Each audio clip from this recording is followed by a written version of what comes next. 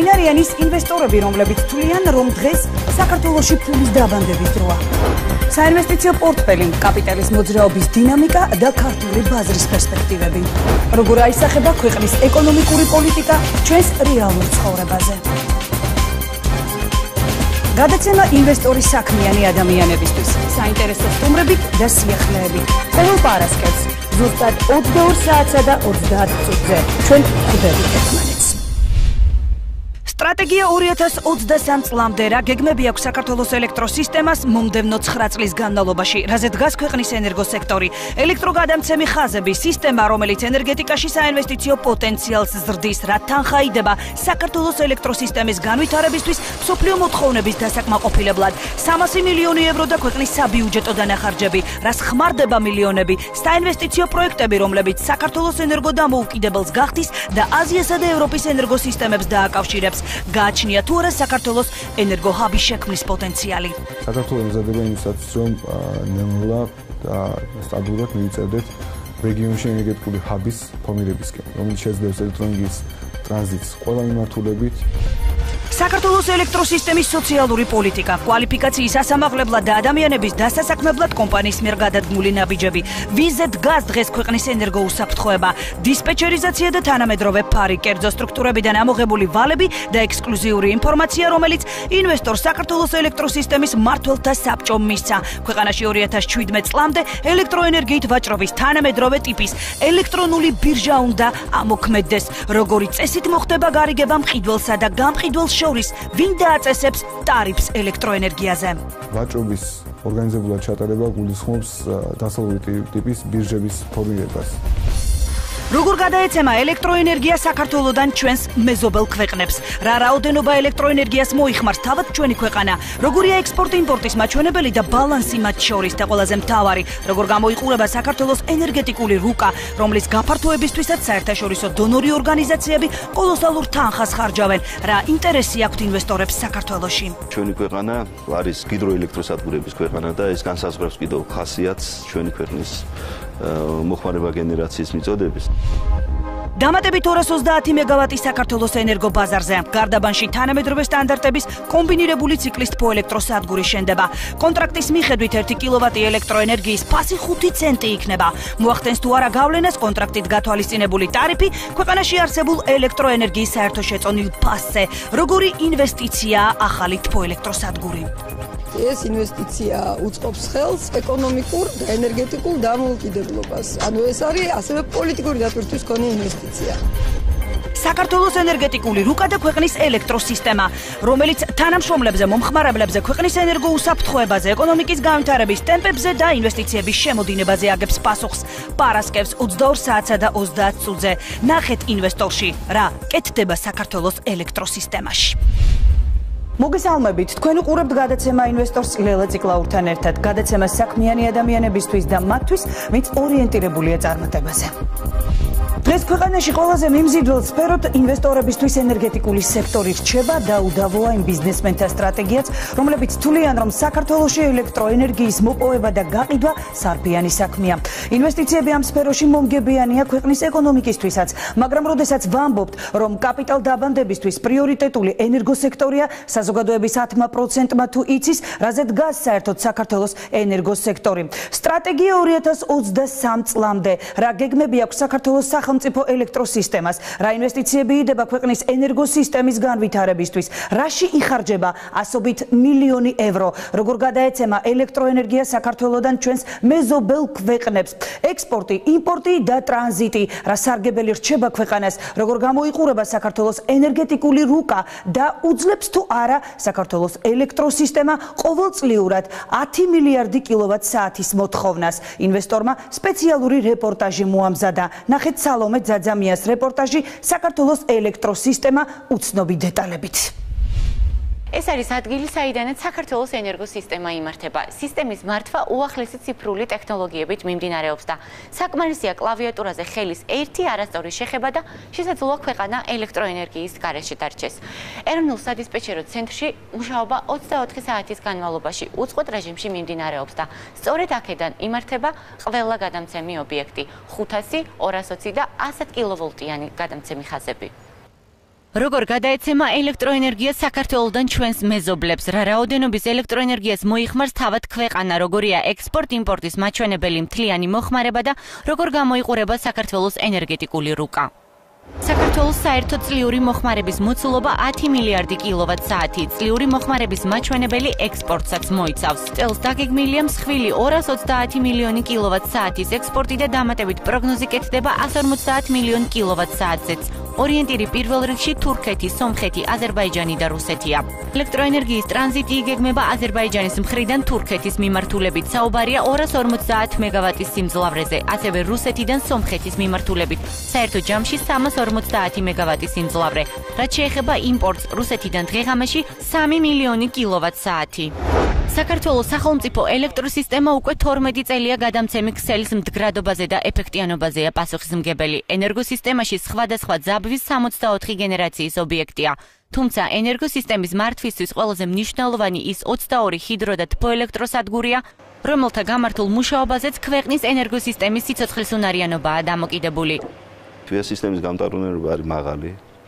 ვინაიდან ჩვენ გვაქვს მაღალი ზაბვის ხაზები და გარდა ამისა დაემატა კიდევ ახალი 500 კილოვოლტიანი ხაზები, რომელიც ახალციხის პროექტ, შავი ზღვის პროექტიდან გამომდინარე ახალციხეს დაუკავშირდა ახალ 500 კილოვოლტიან ხაზს.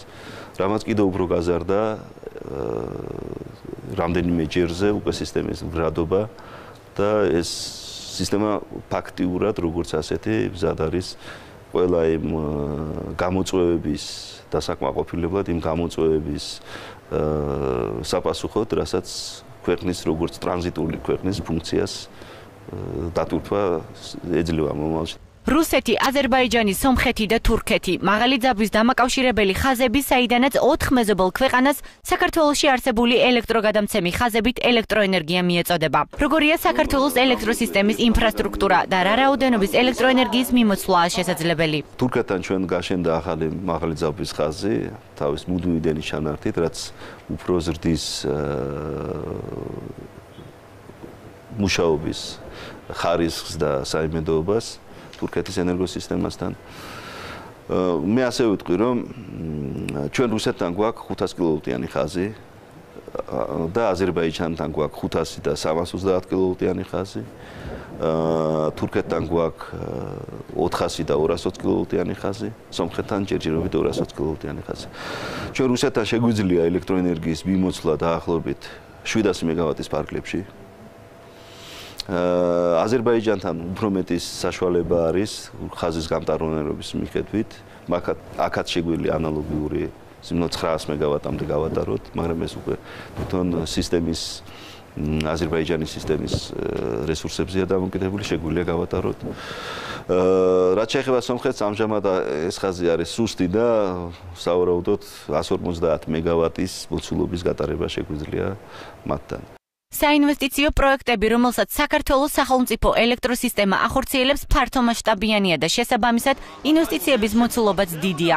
ინვესტიციები ინფრასტრუქტურის გაუმჯობესების და ხშირ შემთხვევაში ახალი გადამცემი ხაზების მშენებლობაში იდება. საქართველოს სახელმწიფო ელექტროსისტემაში ამბობენ, რომ ჰიდროენერგეტიკაში ინვესტიციების მოზიდვის კუთხით ყველაზე მთავარი კარგად გამართული ინფრასტრუქტურაა. ელექტროგადამცემი ხაზების კუთხით მიმდინარეობს 3 ძალიან მნიშვნელოვანი პროექტი. პირველი პროექტი ითვალისწინებს წყალტუბოს და მენჯის ერთმანეთთან დაკავშირებას, ფაქტობრივად ერთმანეთს დაუკავშირდება 2 რეგიონი, იმერეთი და გურია. ეს პროექტი ფაქტობრივად უკვე დასრულების ფაზაშია. მეორე პროექტის მიზანი გახლავთ ჯვარის და ხორგის ერთმანეთთან დაკავშირება, ხოლო მესამე პროექტი ითვალისწინებს ახალი ელექტროგადამცემი ხაზის მშენებლობას ახალციხესა და ბათუმს შორის. სულ ამ პროექტების ბიუჯეტი გახლავთ დაახლოებით 100 მილიონი დოლარი. ეს არის ყველა საერთაშორისო პროექტი, დასრულდება მომდევნო 3 წლის განმავლობაში და ჩვენ გვექნება გაცილებით უფრო საიმედო და კარგად რეზერვირებული ელექტროგადამცემი ქსელი, რაც ბუნებრივია თავიდან აგვაცილებს სასიამოვნო, ისე ვთქვათ, ინციდენტებს ჩაქრობების სახით. ქვეყანაში არსებული უსაფრთხო ელექტროსისტემა ინვესტორებისთვის სერიოზული სიგნალია. ბაზრის კვლევის დროს ბიზნესმენები, რომლებიც საკუთარ კაპიტალს რომელიმე ქვეყნის ენერგოსისტემაში აბანდებენ, პირველ რიგში გამართულ ენერგოსისტემას აკვირდებიან. დღეს საქართველოს ელექტროსისტემაში აცხადებენ, რომ მათ უნიკალური სადისპეჩერო ცენტრი აქვს. ცენტრი აღჭურვილია უახლესი ტექნოლოგიებით, რითაც შესაძლებელია სისტემის შესახებ ინფორმაციის ონლაინ რეჟიმში მიღება, სისტემის დისტანციური და ავარიული სიტუაციების მართვა. ყველაზე მოთხოვნადი რესურსი მთელს მსოფლიოში და საქართველოს, რომელიც ამ რესურსით მდიდარი ქვეყანაა.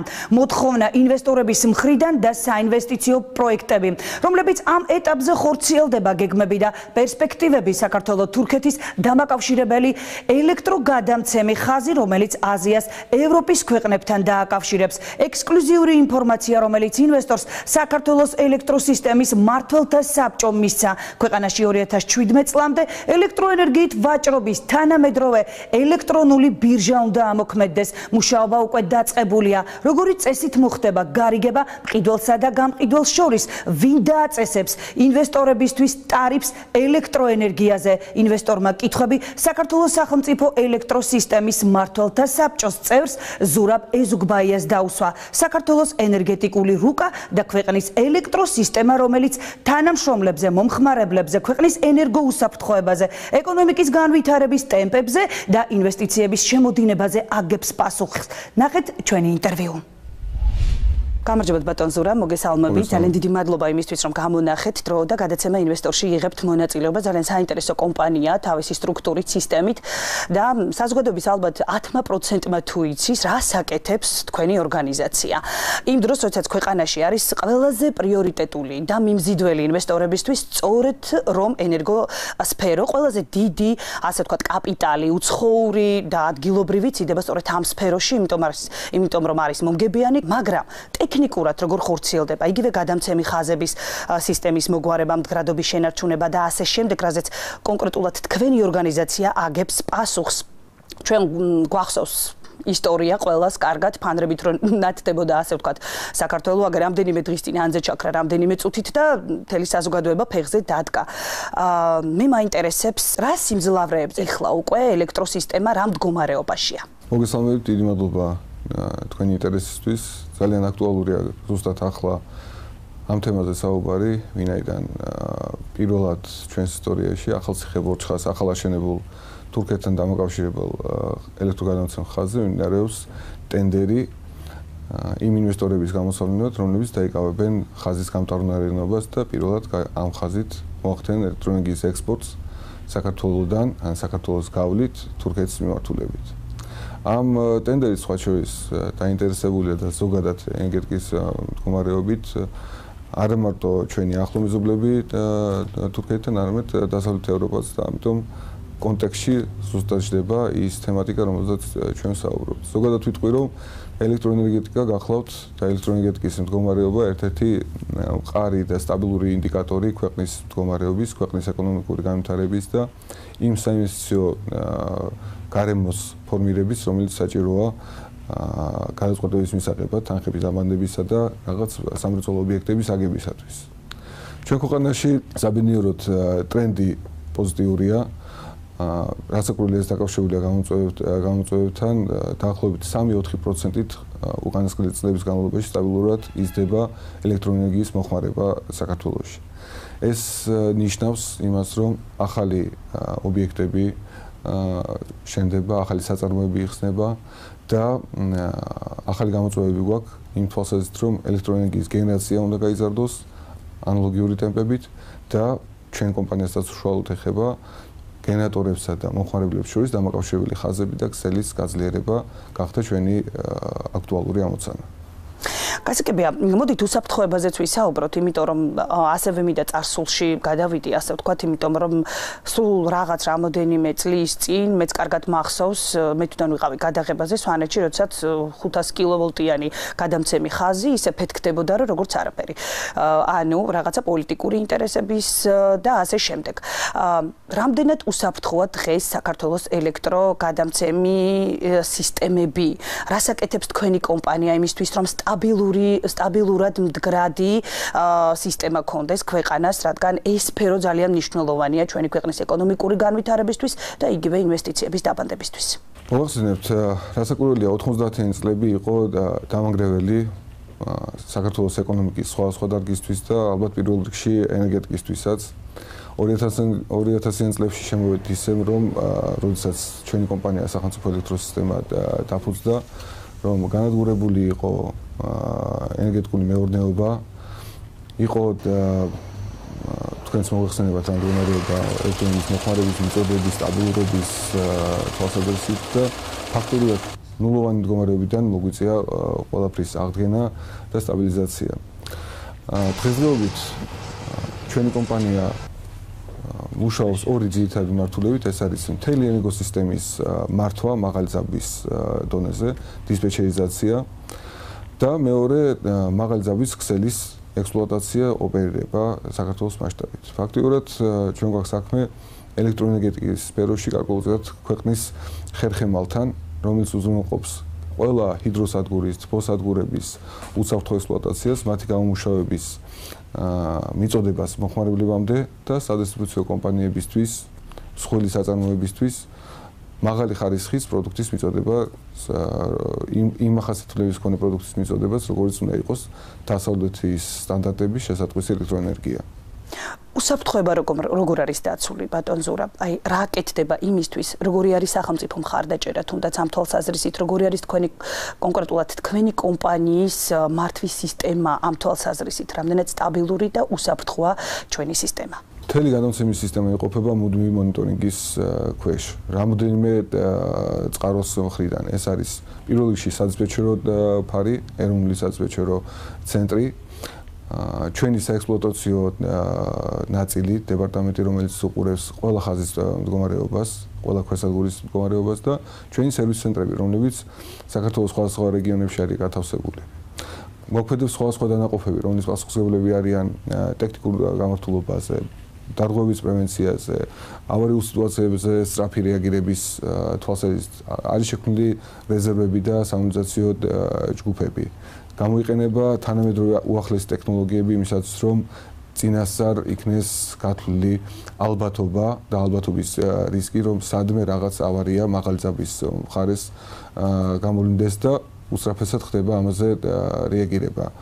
თანამედროვე ტექნოლოგიები გვაძლევს საშუალებას, რომ გადამცემ ქსელში რაღაც ეს რამოდენიმე წუთის განმავლობაში გაითვალოს დაახლოებით რა ზონაში შეიძლება მოხდარიყო ხაზის გაწყვეტა ან ანძის წაქცევა და მომახდინოთ ამ ავარიის ზონის ლოკალიზაცია. სადისპეჩერო მხრიდან რეაგირება შესაძლებელია ციფრული ტექნოლოგიების გამოყენებით, რაც უზრუნველყოფს რამოდენიმე წუთის ან 1-2 საათის განმავლობაში სასისტემო ავარიული სიტუაციის აღმოფხვრასაც. ფაქტობრივად საქართველოს უკანასკნელი პერიოდის განმავლობაში მეგვულისხმობ რამოდენიმე წელიწადს აი ესეთ სასისტემო ავარიულ სიტუაციასთან, რომელსაც ადგილი ჰქონდა ადრე ხშირად საქართველოში, ჩვენ მეზობელ ქვეყნებს გააჩნიათ. ამისგან არის დაცული დასავლეთის მაღალგანვითარებული ქვეყნები, ამას ეწოდება ბლეკაუტი, მთელი ქვეყნის ენერგოსისტემის ჩაქრობა და მე მლოვანი მდგომარეობიდან გამართვა. საქართველოში ასეთ უკვე ადგილი აღარ აქვს. გასაგებია, მსხვილი ინვესტორებიც ძალიან დაკვირვებულები არიან და ძალიან კარგად სწავლობენ დღეს ბაზარს ზოგადად და რომ არ იყოს მართლაც მსოფლიო სტანდარტები, ალბათ ამხელა ინტერესიც არ იქნებოდა ინვესტიციების დაბანდების კუთხით ამ სფეროში. მოდით ისევ ინვესტიციებს დაუბრუნდეთ ჩვენი გადაცემის კონცეფციიდან და ფორმატიდან გამომდინარე ყველაზე მნიშვნელოვანი პროექტი, რომელზეც ახლა მუშაობთ, თქვენ თავშიც ახსენეთ, მშენებლობა დაიწყო საქართველო-თურქეთის გადამცემი ხაზის 300 მილიონიანი ინვესტიცია, ეს არის ძალიან დიდი თანხა. რა თანხით გიჭერთ მხარს სახელმწიფო, ანუ ბიუჯეტიდან რა თანხებია გამოყოფილი ამ თვალსაზრისით, როგორც ჩემთვის ცნობილია ინფრასტრუქტურის მოწესრიგებისთვის, გარკვეული თანხები გადმოგეცათ კომპანიას. როგორი სიტუაციაა? მოდით საქართველო-თურქეთის გადამცემ ხაზზე ვილაპარაკოთ, ექსპორტ-იმპორტის თვალსაზრისით კიდევ რამოდენიმე საკითხი შევეხოთ და პროექტები, რომელზეც ხელი უკვე მოეწერა და საინვესტიციო პროექტები, რომელიც მზადდება გზაშია, ასე ვთქვათ. ალბათ ამ შეკითხვისთვის მინდა გითხრათ, რომ გარკვეული ეტაპი განვლილი გვაქვს დღესდღეობით თურქეთთან დამაკავშირებელი 400 კილოვოლტიანი ხაზი აშენებულია. აშენებულია ნულოვანი მდგომარეობიდან ახალციხის ქვესადგური. ეს არის 500, 400, 220 კილოვატიანი ქვესადგური და ამ ქვესადგურთან დანარჩენი ეკოსისტემის დასაკავშირებლად არის ორი ხაზი 500 კილოვატიანი ხაზი გაჭიმული გარდაბნის მხრიდან და ზესტაფონის მხრიდან.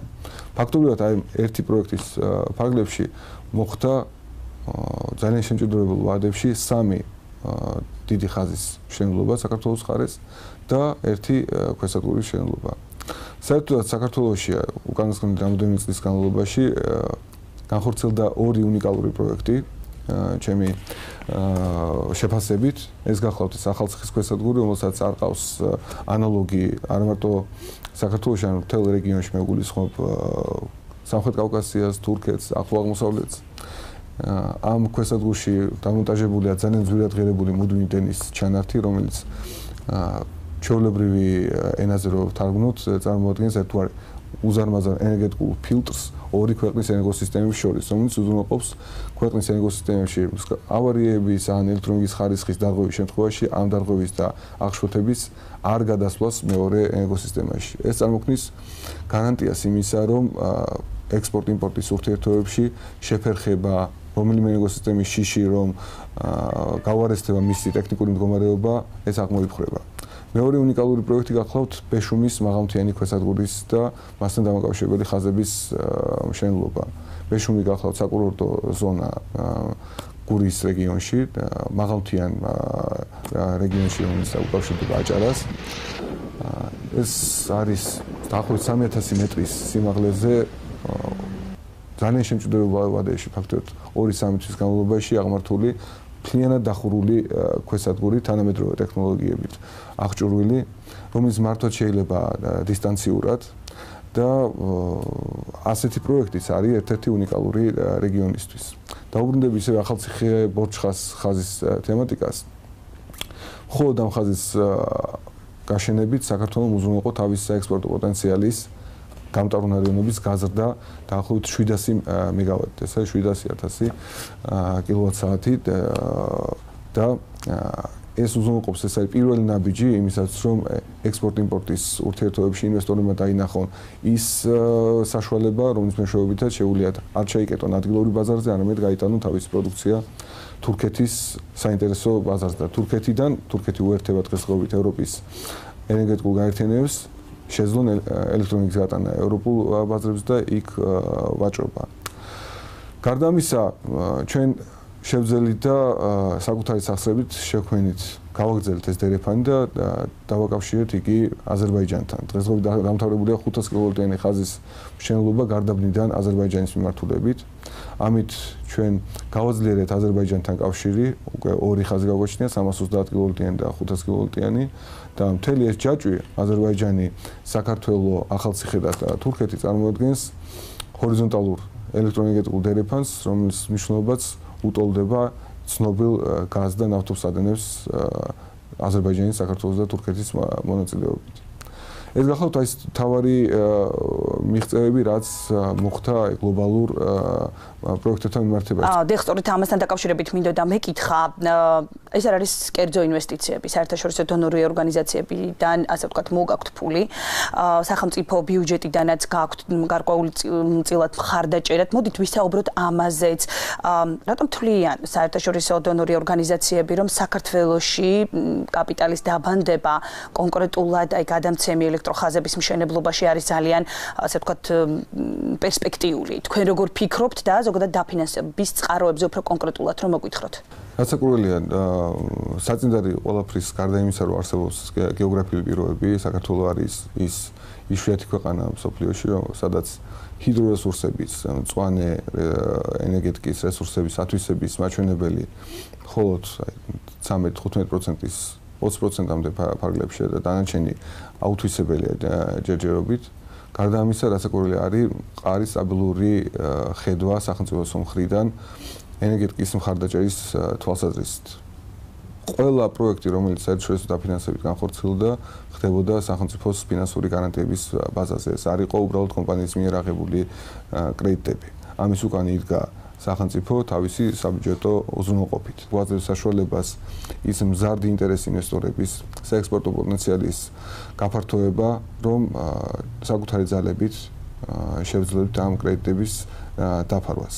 რო არა ეს წინაპირობები, რასაკვირველია ინტერესი ჩვენს მიმართ, ჩვენი შესაძლებლობები რომ განვითარდეთ და შემდგომ გამოწვევებს უპასუხოთ იქნებოდა ძალიან შეზღუდული.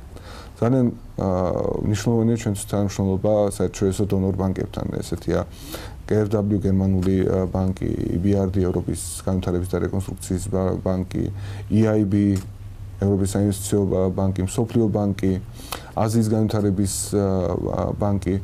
მათთან ურთიერთობის, მათთან მუშაობის პროცესში ჩვენ იძულებული ვართ ვისწავლოთ დასავლური სტანდარტები. დავნერგოთ ეს სტანდარტები, განახორციელოთ ახალი პერსონალის აყვანა. გარდა გადამცემი ხაზების ფორმირებისა, ინვესტორებს აინტერესებს თუ რა სამართლებრივი ფინანსური პირობები იქნება ელექტროენერგიით ვაჭრობისთვის საქართველოში დაშვებული. ამ თვალსაზრისით ჩვენ უკვე დაწყებული გვაქვს შესწავლა ყველაზე პოზიტიური მოწინავე უცხოური გამოცდილების. საქართველოს ემზადება იმისათვის, რომ ნელ-ნელა და სტაბილურად მივიწევდეთ რეგიონში ენერგეტიკული ჰაბის ფორმირებისკენ, რომელიც შეძლებს ელექტროენერგიის ტრანზიტს ყველა მიმართულებით, ექნება სტაბილური ელექტროგადამცემი ქსელები და ამავდროულად ექნება ძალიან მძლავრი გენერაცია, შიდა გენერაცია მწვანე ენერგიის, რომელიც შეიძლება აზავებდეს თბო გენერაციას, ატომურ ენერგიას სომხეთიდან და აზერბაიჯანიდან. გარდა ამისა, როგორც უკვე ვახსენე, ვაჭრობის ორგანიზებულად ჩატარება გულისხმობს დასავლური ტიპის ბირჟების ფორმირებას. ჩვენ ვფიქრობთ იმაზე, რომ საქართველოს შეიძლება უახლოესი წლების განმავლობაში შეიქმნას ასეთი ბირჟა. ამ მიმართებით ჩვენ მუშაობთ ჩვენი ალფა ცენტრის, ანუ აღრიცხვის ერთიანი სისტემის, ციფრული სისტემის ფორმირებას და განვითარებაზე, იმისაც რომ მან მოიცოს მთელი საქართველო, შევიძენთ ახალ პროგრამულ პროდუქტებს, გადავამზადებთ ჩვენ პერსონალს და თუ ამ ამოცანას წარმატებით განვახორციელებთ, 2-3 წლის შემდეგ შეიძლება საქართველოში ენერგიის გარკვეული ნაწილი იყიდებოდეს ელექტრონულად ორგანიზებულ ბირჟაზე, რომელიც შეიძლება იყოს საინტერესო მეზობელი ქვეყნებისთვისაც, რათა მათაც შეძლონ დასავლური ტიპის ბირჟაზე თავის ელექტროენერგიით ვაჭრობა. რა მოცულობებზია ლაპარაკი, თუ შეგიძლიათ ამ ეტაპზე რომ თქვათ, თუნდაც სახელმწიფოს მონაწილეობა, თუნდაც საერთაშორისო დონორი ორგანიზაციების მხრიდან, ანუ თქვათ ჩადებული თანხები. სახელმწიფო როგორც წესი მონაწილეობს თანადაფინანსების თვალსაზრისით, რომ იყოს მხარდაჭერა კომპანიის სახელმწიფო ბიუჯეტის მიმართ ვალდებულების დაფარვისათვის. რაც შეეხება საერთაშორისო დონორებს, ძალიან ბევრი პროექტი ახლა იწყება, მაგრამ რაც თქვენ ბრძანეთ, დაახლოებით 300 მილიონ ევრომდე გახდათ ის კონსოლიდირებული კრედიტი, რაც გამოყენებული იქნა 500 კილოვატიანი და 400 კილოვატიანი ქსელის განვითარებას. ეს არის ერთ-ერთი ყველაზე დიდი ინვესტიცია ჩვენ ენერგეტიკულ სექტორში. გასაგებია, ერთ-ერთ პასუხში იყო თქვენგან გაჟღერებული, რომ სოფლიო მოთხოვნები იზრდება და რასაკვირველია იზრდება და ჩვენ ამის პოტენციალი გაგვაჩნია, რომ ექსპორტზე ჩვენი ელექტროენერგია გავიტანოთ და გავყიდოთ. კი ბატონო, მაგრამ გადამცემი ხაზების, ასე ვთქვათ, მდგრადობის შენარჩუნებას, ამ სისტემის მდგრადობის შენარჩუნებას კიდევ თავის და უნებურად ჭირდება. თანამედროვე სტანდარტების შესაბამისი განათლება, იგივე კვალიფიკაცია. მე ვიცი, რომ სასწავლო ცენტრი გაქვთ თქვენ და წელიწადში ათეულობით ადამიანს ასაქმებთ კიდეც, ასევე ვინც მეცნიერებით არის დაკავებული, ასე ვთქვათ, და დაინტერესებული, მათაც უწყობთ ხელს. რა ცენტრია ეს და დასაქმებასთან დაკავშირებით როგორი დამოკიდებულება თქვენი მხრიდან, ორგანიზაციის მხრიდან? კომპანიაში დაფუძნდა და გაიხსნა სასწავლო ცენტრი, მისი განვითარება და გაფართოება კვლავ გრძელდება.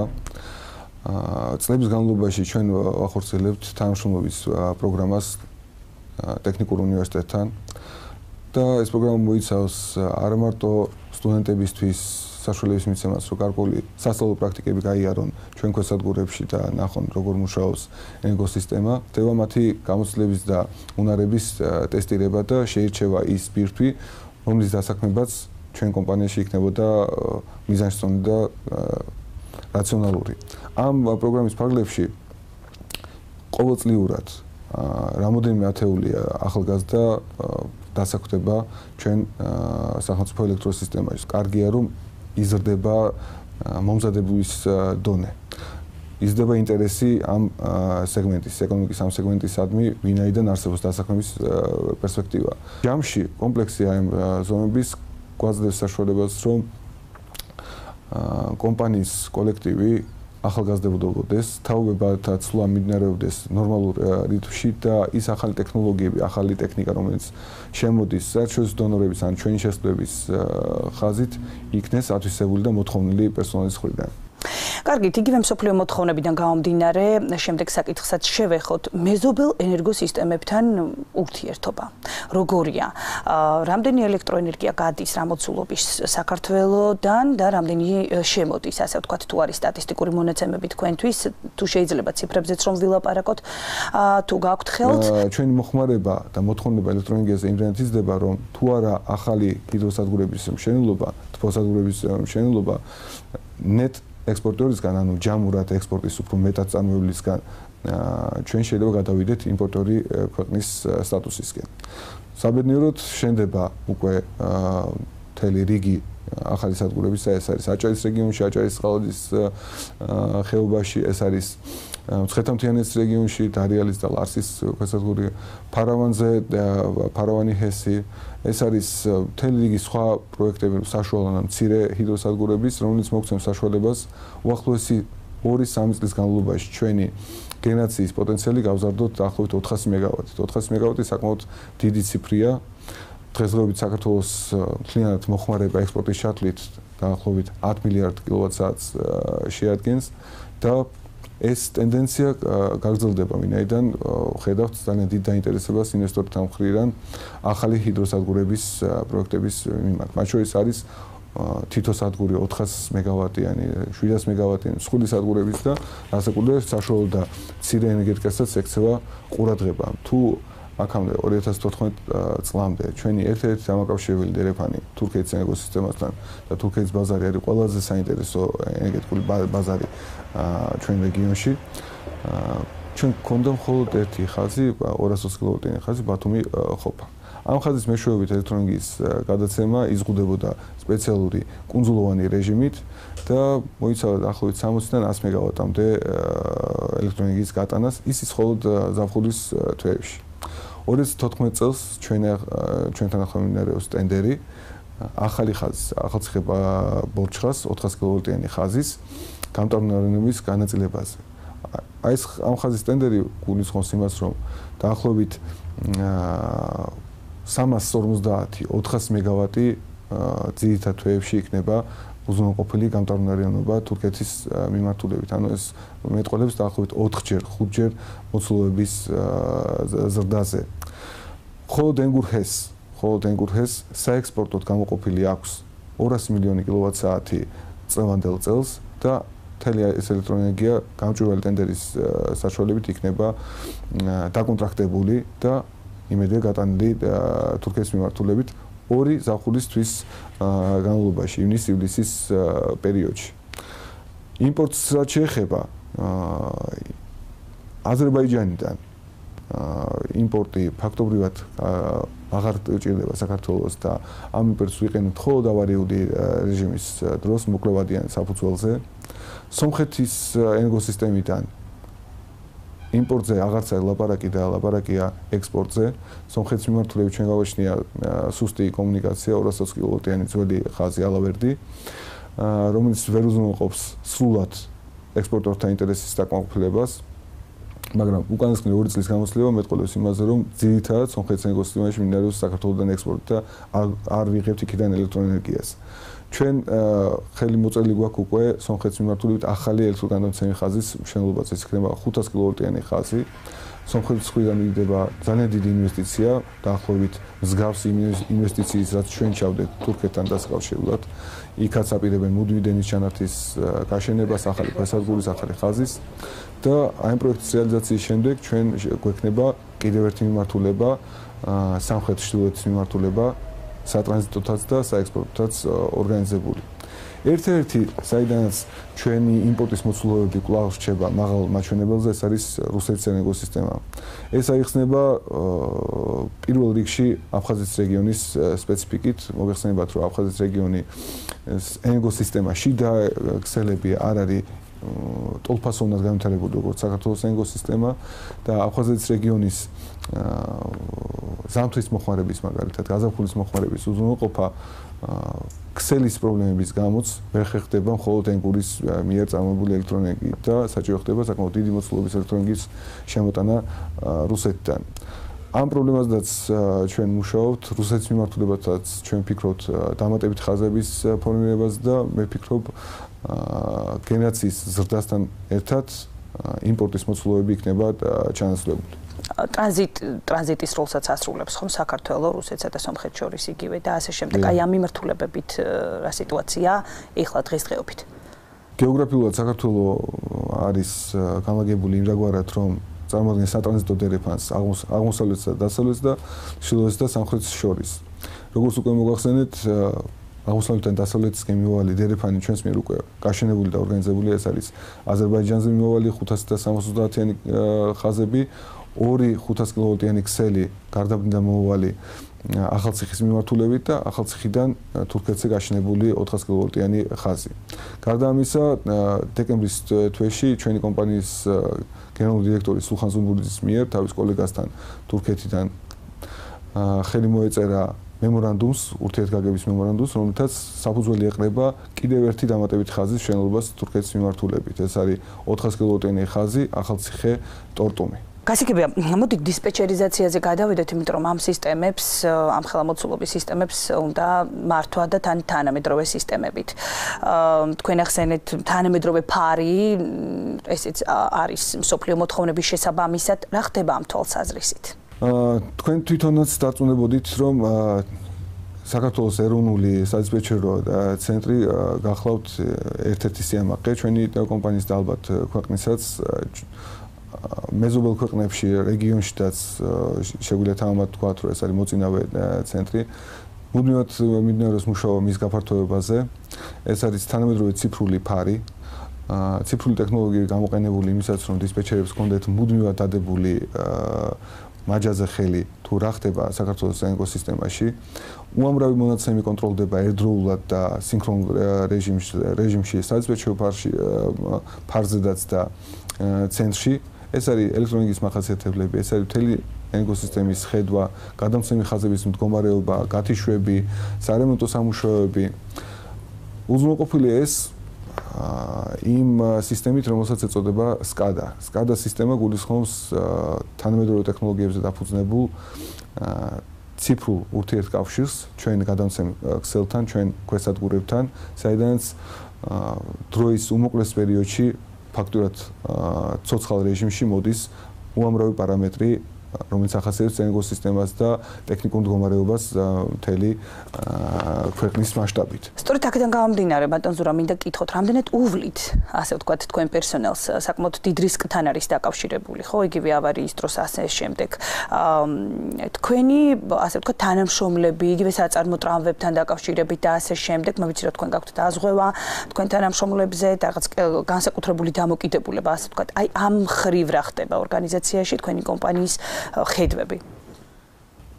თუ დაახლოებით 10 წლის წინ კომპანიაში და 10 წელი არ არის უზარმაზარი პერიოდი, თუ 10 წლის წინ კომპანიაში იყო ის მდგომარეობა, რომ ადამიანი ფიქრობდა მხოლოდ იმაზე, რომ დროულად მიიღო ის მინიმალური შრომის ანაზღაურება, რომელსაც ხელფასი ეწოდებოდა და ხშირად ხელფასების გაცემა აგვიანებდა და წამოიქმნებოდა დავალიანებები და ეს იყო ერთ-ერთი მიზეზი ჩვენი კომპანიის გადახდის უნარობის დაწყების. დღესდღეობით და უკანასკნელი წლების განმავლობაში კომპანიაში დანერგილია პროგრამა, რომელიც უზრუნველყოფს ყოველწლიურად ხელფასების გადახედვას, გადასინჯვას. გარკვეულ ინდიკაციას იმ სოციალურ გამოწვევებთან, რაც საზოგადოებაში და ქვეყანაში არსებობს. გავლენას კვალიფიკაციის ამაღლების, ახალი უნარჩვევების ან ახალი პროფესიების ათვისების თვალსაზრისით თუ რამდენად მეიზრდებოდეს ხელფასი და სოციალური დაცვა. ხელფასო გავანებოთ თავი, ჩვენ გვაქვს დანერგილი დაზღვევის სისტემა, რომელიც ძალიან ბევრ ასპექტს ჩვენი პერსონალის მისი ოჯახის წევრების ფარავს და ეხმარება მათ ჯანმრთელობის. განსაკუთრებული სოციალური პოლიტიკა გააქვთ, ასე ვთქვათ? ჩვენ ასე ვიტყოდი, მრავალმხრივი სოციალური პოლიტიკა გვაჩქარებს დრო, გამოწვევები, ეს არ არის მხოლოდ და მხოლოდ ხელფასთა დაძღობას დამოკიდებული. კომპანიაში უზრუნველყოფილია ყველა ქვესადგურში, ყველა ჩვენ შენობაში, ყველა სამუშაო ოთახში ნორმალური შრომითი პირობები, ჩატარებულია რემონტები, დანერგილია ახალი ტექნოლოგიები, შექმნილია ელემენტარული და მისაღები პირობები იმისაც, რომ ადამიანმა იშრომოს და გააჩნდეს საყოფაცხოვრებო გარემო, ჰიგიენური გარემო და ის გარემო, რომელიც არ აფიქრებს საიმე სხვაზე. ჩვენი პერსონალი არის აღჭურვილი და ეს პროგრამა გრძელდება თანამედროვე მოწყობილობებით. გააჩნია გადამცემი ქსელის საექსპლუატაციო პერსონალს, პროვიზორები, რომელიც მეშვეობითაც ისინი უზრუნველყოფენ ხაზების მუდმივ უსაფრთხოება არის დაცული მაქსიმალურად. უსაფრთხოების ტექნიკის მაღალი სტანდარტებია დანერგილი. ყოველწლიურად ტარდება მეცადინეობები ამ თვალსაზრისით. უკანასკნელი წლების განმავლობაში ჩვენთან დასახიჩების და მით უმეტეს სიკვდილიანობის ფაქტი არ ყოფილა მიუხედავად იმისა, რომ სამუშაოს მოცულობა იზრდება, პროექტები და მათი გეოგრაფია იზრდება და პერსონალი გაცილებით მეტ ამოცანას და უფრო რთულ ამოცანებს წყვეტს თავისი ძალებით. კი ბატონო, ძალიან კარგი, თქვენ სახელმწიფო დავალიანებები ახსენეთ და აქთან გამომდინარე სოციალურ პოლიტიკაზეც ვილაპარაკეთ, თუმცა იურიდიულ მომსახურებაზე რა სიტყვით, იმიტომ რომ არსებობს დავალიანებები, ასე ვთქვათ, დებიტორული დავალიანებები, თქვენი საწარმოამარაგებს, დისტრიბუტორებს, ასევე მსხვილ საწარმოებს, რომელთა ფუნქციონირება ქვეყნისთვის არის ასევე მთავარი. ძალიან სერიოზული დავალიანებები იყო თქვენს მიმართაც, ხომ დაგროვილი, როგორც ვიცით, ცოცხალი ფულიც ამოიღეთ. რა ხდება? იმიტომ რომ თქვენს გაქვთ თვალი, ასე ვთქვათ, კრედიტო ერთ-ერთი ორგანიზაცია ხართ, რომელსაც საერთაშორისო დონორ ორგანიზაციებთან ხართ ვალდებულები, ასევე თქვენს მიმართაც არიან ვალდებულები. რა ხდება იურიდიულ მომსახურებასთან დაკავშირებით? რამდენი ვალი ამოიღეთ და თქვენ როდის უნდა დაფაროთ ეს კრედიტები? მოგახსენებთ, ისევე ახლო წარსულიდან გამომდინარე 10 წლის წინა პერიოდთან შეფარდებით, როდესაც ჩვენ გქონდა უამრავი სასამართლო დავა, ძალიან ბევრი საფუძვლიანი ან უსაფუძვლო კრედიტორი ედავებოდა კომპანიას, ხდებოდა პერმანენტულად ანგარიშების დაყადაღება, ჩვენი ფინანსური რესურსების გაყინვა, თანხების ფაქტობრივად არასანქცირებული მოხსნა კომპანიის ბიუჯეტიდან. ეს ყველაფერი გამოირიცხა და ჩვენი მხრიდან ჩატარებული ზომები იურიდიული მიმართულებით უზრუნველყოფს იმას, რომ ძირითადი ხელშეკრულება მიცდება კომპანიის მხრიდან. გნებავთ ჩვენ მომსახურებაზე, გნებავთ შესყიდვებზე არის სტანდარტის შესატყვისი. უკანასკნელი რამოდენიმე წლის განმავლობაში ფაქტობრივად დავა ჩვენს მიერ მიწოდებულ მომსახურებაზე არ აღძრულა და რაიმე მასშტაბური სასამართლო პროცესი, რომელიც თუნდაც მცირედ ფინანსურ რისკს წარმოუქმნის კომპანიას აღარ არსებობს. ამას აკონტროლებს არ მარტო ჩვენი შიდა სტრუქტურები, არამედ ჩვენ ყოველწლიურად დავნერგებთ პრაქტიკა საერთაშორისო გარე აუდიტის მოწინავე კომპანიების მხრიდან კომპანიის შეფასების თვალსაზრისით. $8 მილიონზე მეტი საგაცხადო დავალიანება იქნება დაფარული. წყარო ამის იყო არა მარტო მიმდინარე შემოსავლები, არამედ ის ძველი დებიტორული დავალიანების ამოღება, რომელიც მოხერხდა უკანასკნელი წლების განმავლობაში. $10 მილიონზე მეტი არის ამოღებული თანხები სახელმწიფო ელექტროსისტემის მხრიდან. და ხაზგაუსმამ რეაბილიტაციის დაწყების დღიდან დღემდე კომპანიას დავალიანება აღარ უგროვდება, არ ექნება და ყველა მიმდინარე ვალდებულებებს ჩვენ პასუხობთ თავის დროზე და ვადებში. და ჩემი ბოლო შეკითხვა, თქვენი სტრატეგია არის 2023 წლამდე. რა უნდა მოხდეს ამ წლების განმავლობაში? ეს არის ჩვენი პერსონალის კონკურენტულ მდგომარეობაში ჩაყენება ნებისმიერ თანამედროვე კვალიფიციურ პერსონალთან. ჩვენ ახლაც უწევთ ძალიან ღირსეულ კონკურენციას კერძო კომპანიებს, ისეთ როგორც არის თელასი, ენერგოპრო ჯორჯია ან სხვა კომპანიები, რომელიც მოქმედებს ენერგეტიკულ არენაზე. ასევე ფინანსური სტაბილურობა, რაც ფაქტობრივად უკვე მიღწეულია და იმ დონეზე ვართ გასულები, რომ ჩვენ ელექტრონიკის მოხმარებასთან ერთად, ჩვენი სერვისების გამოჯობესებასთან ერთად ვზრდით ჩვენ ყოველწლიურ შემოსავლებს. დაახლოებით 5%-მდე არის ზრდა წინა წლებთან შედარებით კომპანიის შემოსავლების. ეს გვაძლევს საშუალებას მეტი პროექტი განახორციელოთ, მეტი ამოცანა დავსვათ რეაბილიტაციის გეგმაშიც, იმიტომ რომ და ეს მოახერხოთ ისე, რომ ჩვენი ტარიფები გადაცემის სპეციალიზაციის მომსახურებაზე არ იზრდება. უკანასკნელი 7 წლის განმავლობაში ტარიფები მცირედ შევცირდა კიდევაც. რაიმე დამატებითი ანუ სატარიფო პოლიტიკის რადიკალური გადახედვის გარეშე იქნება მიღწეული ის შედეგები, რაც გაგვაჩნია დღესდღეობით. ძალიან დიდი მადლობა ბატონ ზურა, ძალიან დეტალური ინფორმაცია მოგვაწოდეთ. ალბათ ჩვენ შევხვდებით ჩვენს გადაცემაში კიდევ რამოდენიმე თემასთან დაკავშირებით. მადლობა რომ იყავით ჩვენთან ერთად. მადლობა თქვენი ინტერესისთვის. დამატებით 230 მეგავატი სიმძლავრე საქართველოს ენერგო ბაზარზე. გარდაბანში თანამედროვე სტანდარტების კომბინირებული ციკლის თბოელექტროსადგური შენდება. კონტრაქტის მიხედვით 1 კილოვატი ელექტროენერგიის ფასი 5 ცენტი იქნება.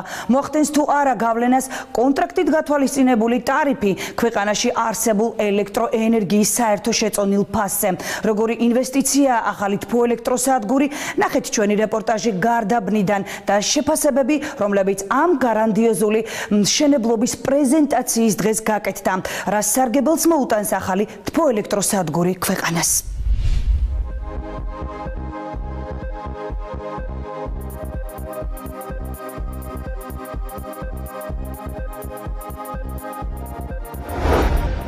გარდაბნის თბოელექტროსადგურის მშენებლობას საფუძველი უკვე ჩაეყარა. საქართველოში დამატებითი ელექტროენერგიის გამომუშავებისა და ენერგოდამოუკიდებლობის გამტკიცების მიზნით საპარტნიორო ფონდი თავის შვილობილ კომპანია ნავთობისა და გაზის კორპორაციასთან ერთად გარდაბნის რაიონში უპრეცედენტო ენერგოპროექტს გარდაბნის 230 მეგავატ სიმძლავრის კომბინირებული ციკლის თბოელექტროსადგურის მშენებლობას იწყებს. მშენებლობა საფუძველი ქვეყნის ეკონომიკური გუნდის მთლიანმა შემადგენლობამ ჩაუყარა. საძირკველში ჩაიდო ეგრეთ წოდებული კაფსულა, რომელშიც მომავალი თაობებისთვის სპეციალური მიმართვაც ჩაიდო. ამ თბოსადგურს აქვს რამოდენიმე მნიშვნელობითი დატვირთვა. ერთი ეს არის იმის დასტური, რომ უახლესი ტექნოლოგია, მათ შორის თბოენერგეტიკის სფეროში შემოდის საქართველოში.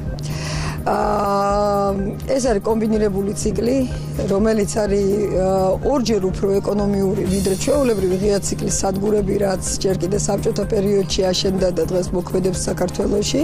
შესაბამისად, ეს არის General Electric-ის გაზის ტურბინები, ეს არის Škoda-ს ორთქლის ტურბინა, ეს არის Nutter Ericsson-ის ქვაბუტილიზატორები და ასე შემდეგ, Hyundai-ის ელექტროქვესადგური და ასე შემდეგ. უახლესი ტექნოლოგია, საუკეთესო მსოფლიო წარმოებლები.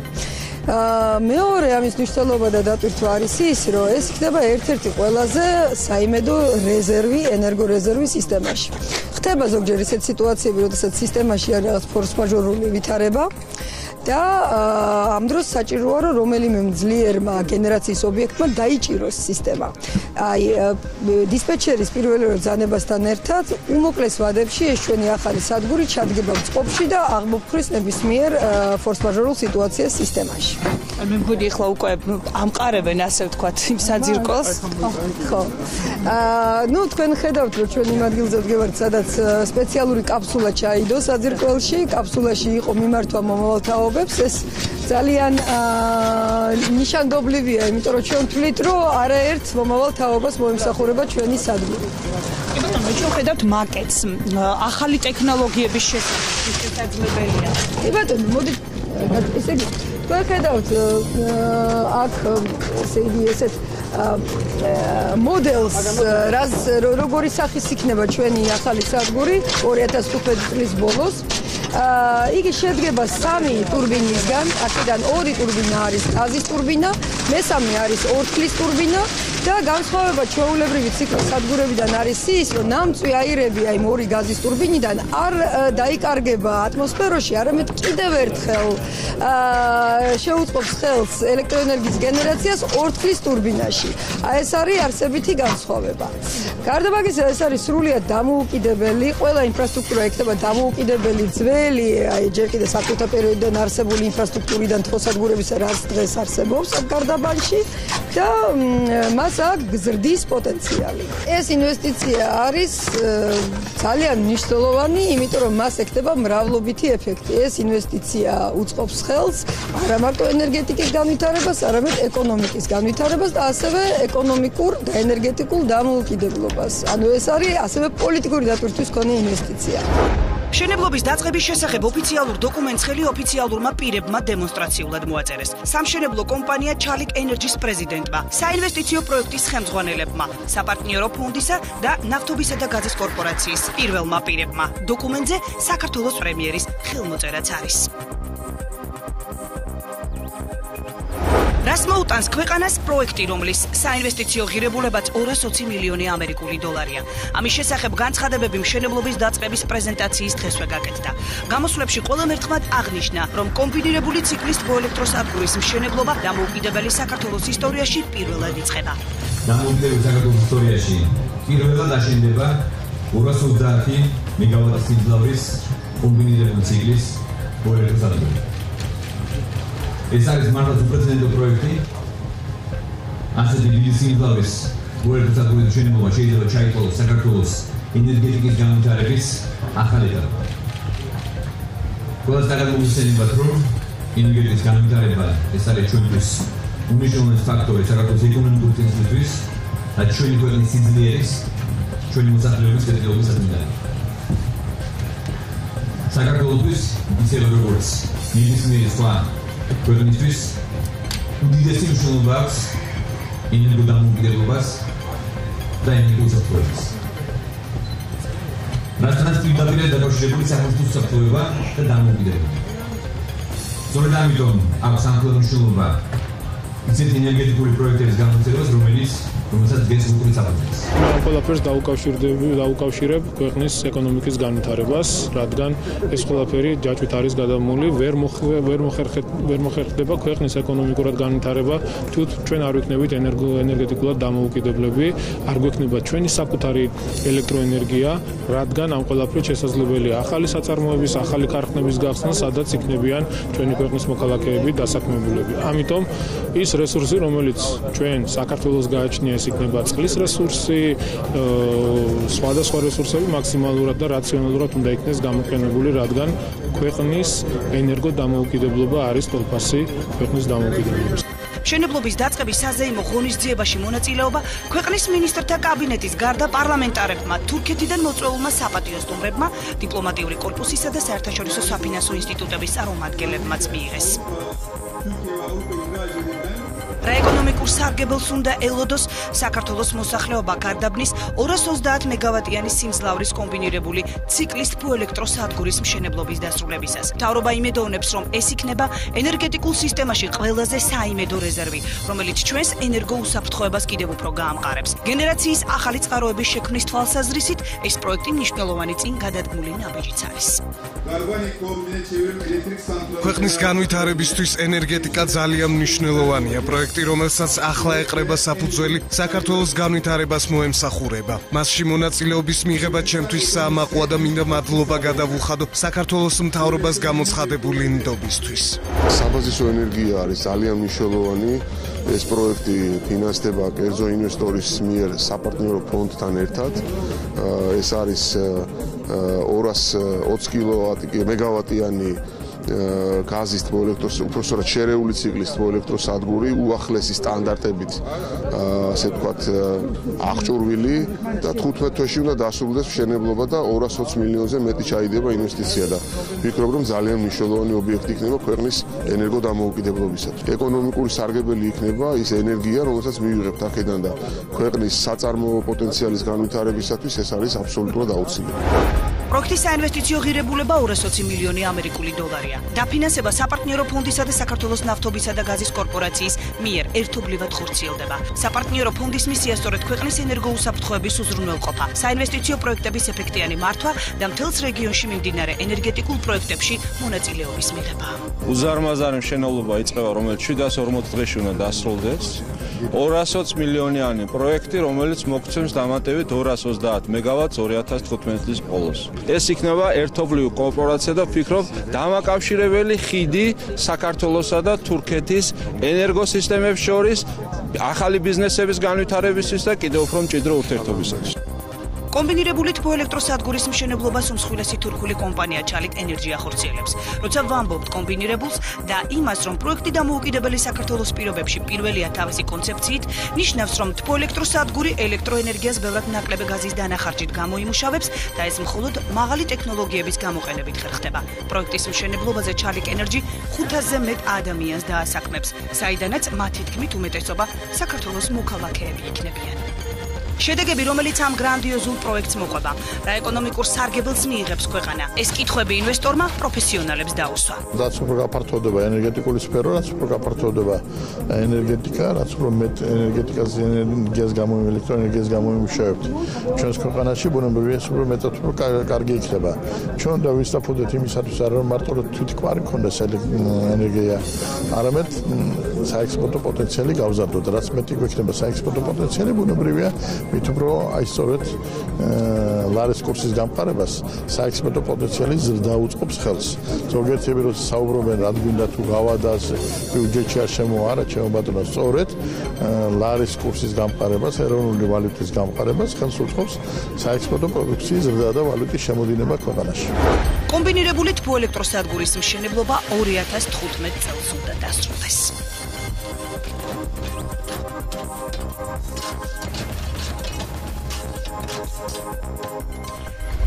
მიამიდგე მშვიდობებით გადაცემა ინვესტორი მომავალ პარასკევს ზუსტად 22 საათსა და 30 წუთზე დაგიბრუნდებათ. დროებით.